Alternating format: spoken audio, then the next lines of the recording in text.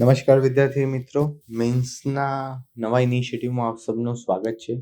બધાના ખૂબ સહકાર બદલ ખૂબ ખૂબ થેન્ક યુ. આજે જે મુદ્દા ઉપર ચર્ચા કરવાની છે એ ખૂબ જ બધી વાર પૂછાય છે અને પૂછાતો રહેવાનું છે. આબોહવા પરિવર્તન ઘણી બધી રીતે પૂછાય છે. આબોહવા પરિવર્તન અને એની જીવનશૈલી ઉપર અસર, આબોહવા પરિવર્તન ને ભારત, આબોહવા પરિવર્તનથી બચવા માટેના ઉપાયો, આમાં ખૂબ કરંટના ટોપિક પણ એડ કરી શકાય છે અને ખૂબ સારી રીતે પ્રશ્નને ન્યાય આપી શકાય છે. સૌથી પહેલા જે રીતે દર વખતે કરીએ છીએ પરિચયથી શરૂ કરીશું. ઇન્ટ્રોડક્શન શું હોવું જોઈએ.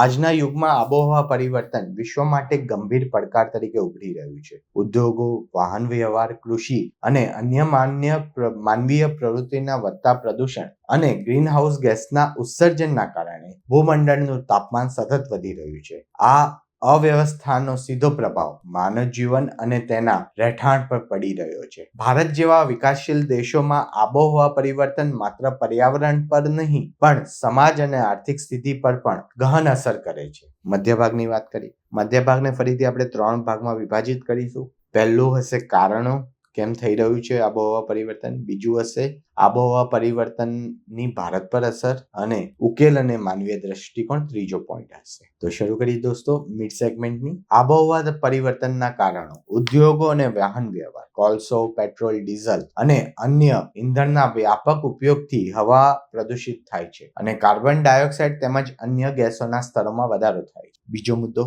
જંગલ વિનાશ. વૃક્ષો કુદરતી કાર્બન સંકલન તરીકે કાર્ય કરે છે, પરંતુ વધતી વસ્તી અને શહેરીકરણને કારણે અવિતરત વન વિનાશ થઈ રહ્યો છે. કૃષિ અને પશુપાલન. રાસાયણિક ખાતરો, જંતુનાશકોના વધતા ઉપયોગો તેમજ પશુપાલનથી મિથેન જેવા ખતરનાક ગેસો ઉદ્ભવે છે. ચોથો, અત્યાધુનિક જીવનશૈલી. વૈભવી જીવનશૈલી, એકલ ઉપયોગી પ્લાસ્ટિકનો વધતો વપરાશ અને અનાવશ્યક વીજળીનો ઉપયોગ પણ આબોહવા પરિવર્તનને વેગ આપે છે. બીજા મુદ્દાની ચર્ચા કરીશું. આબોહવા પરિવર્તનના ભારત પર અસર. તાપમાનમાં વધારો. પહેલો મુદ્દો, ભારતમાં તાપમાન દર વર્ષે વધતું જાય છે. ઉદાહરણ તરીકે 2023ના ઉનાળામાં રાજસ્થાન અને દિલ્હી જેવા વિસ્તારોમાં 45 ડિગ્રીથી વધુ તાપમાન નોંધાયું હતું. અવ્યવસ્થિત ચોમાસું ખૂબ ઇમ્પોર્ટન્ટ મુદ્દો છે. ભારતની કૃષિ મોસમ પર આધારિત છે, પરંતુ આબોહવા પરિવર્તનના કારણે અનિયમિત વરસાદ, અતિવૃષ્ટિ અને દુષ્કાળનો ચક્રવ્યૂહ જોવા મળે છે. હિમાલયના ગ્લેશિયરોનું પીગળવું. હિમાલયની હિમનદીઓ ઓગાળતા ઉત્તર ભારતના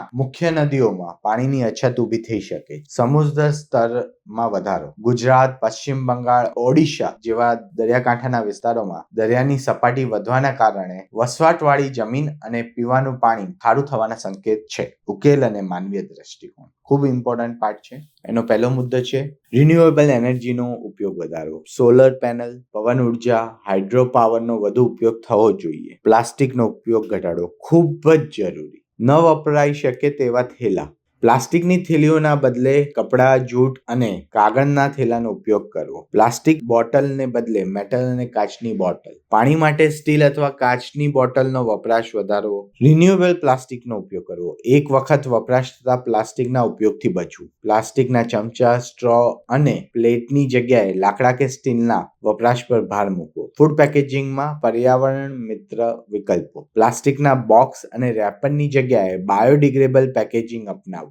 સતત ખેતીઓ. ત્રીજો મુદ્દો ઉકેલ અને માનવીય દ્રષ્ટિકોણનો. ઓર્ગેનિક ખેતી અને ટેકનોલોજી આધારિત સિંચાઈ પદ્ધતિઓ અપનાવી કૃષિ ક્ષેત્રે ટકાઉ વિકાસ લાવવો જોઈએ. ચોથો મુદ્દો સામાન્ય જીવનશૈલીમાં ફેરફાર. પબ્લિક ટ્રાન્સપોર્ટને વધુ ઉપયોગી, વીજળી અને પાણીનો ન્યાયપૂર્ણ ઉપયોગ તથા વૃક્ષારોપણ અભિયાનને પ્રોત્સાહિત કરવું જરૂરી છે. નિષ્કર્ષ એટલે કન્ક્લુઝન શું હોવું જોઈએ. આબોહવા પરિવર્તન માત્ર વૈશ્વિક મુદ્દો નથી, પણ એક એવી હકીકત છે જે દરેક વ્યક્તિના જીવન પર પ્રભાવ પાડે છે. ટકાઉ વિકાસ અને પર્યાવરણ જાળવણી માટે વ્યક્તિગત અને સામૂહિક સ્તરે પગલાં લેવાની જરૂર છે. ભારત એક પ્રાચીન સંસ્કૃતિ ધરાવતો અને વિશ્વના સૌથી મોટા લોકશાહી દેશ તરીકે આ લડતમાં નેતૃત્વ કરી શકે છે. કરંટને લગતા કયા કયા સમાચારો આ પ્રકારના પ્રશ્નોમાં ઉમેરી શકાય, ટોપિક એ પણ જોઈ લઈએ. 2023માં ભારતે G20 સમિટમાં ગ્રીન ડેવલપમેન્ટ પેક્ટ લાવી, જે પર્યાવરણ જાળવણી માટે મહત્વપૂર્ણ છે. COP28 સંમેલનમાં ભારતે નેટ ઝીરો ટાર્ગેટ 2070 સુધીમાં પ્રાપ્ત કરવાની પ્રતિબદ્ધતા વ્યક્ત કરી છે. ગુજરાતમાં સતીશ ધવન સોલર પાર્ક જેવા મોસમ પ્રભાવિત ઉર્જા પ્રોજેક્ટો આબોહવા પરિવર્તન માટે નક્કર પગલું છે. અંતમાં એટલું જ કહીશ, આપણા નાના પ્રયાસો જેમ કે વીજળી બચાવવી, સાયકલ કે સરકારી વાહનનો ઉપયોગ કરવો, વધુ વૃક્ષો વાવવું, આબોહવા પરિવર્તન સામે લડવામાં મોટો ફાયદો આપી શકે છે. જોઈએ ભવિષ્યમાં શ્વાસ લેવા માટે શુદ્ધ હવા કે પછી માત્ર ગ્લોબલ વોર્મિંગના સમાચારો. જય હિન્દ, જય ભારત.